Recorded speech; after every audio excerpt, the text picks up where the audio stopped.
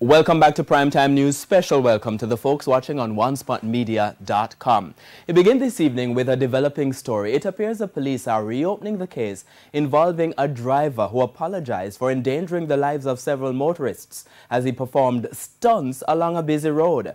The police are now conducting another investigation to determine whether the man who came forward was in fact the driver in the video.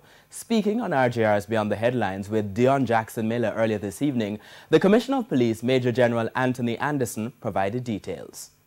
Two aspects to the case, one of identity and one that relates to the car itself. I've instructed that both of these are pursued to see where this investigation leads. Okay, so when you say the identity, we're talking about the fact that the second video seems to show someone who didn't appear to be the man who claimed to have been driving the car. That's what you're referring to now? Well, that's a part of it.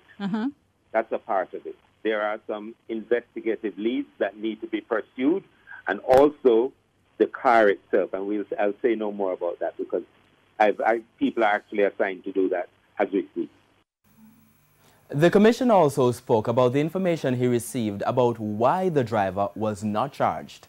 It has been challenging to pursue this because there's really no visible identity as to the driver.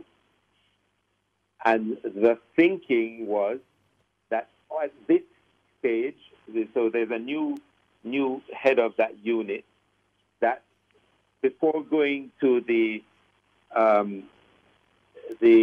enforcement stage, there'll be a period where he does a lot of public education.